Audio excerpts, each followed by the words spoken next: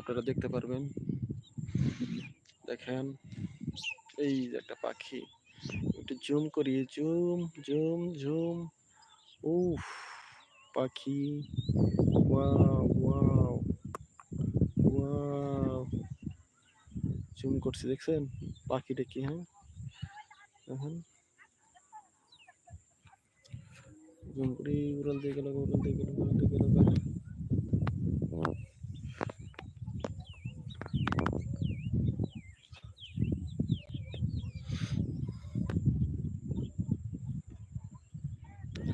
প্রকৃতি না দেখলে বুঝতে পারবেন না আসলে বাস্তবতা কি।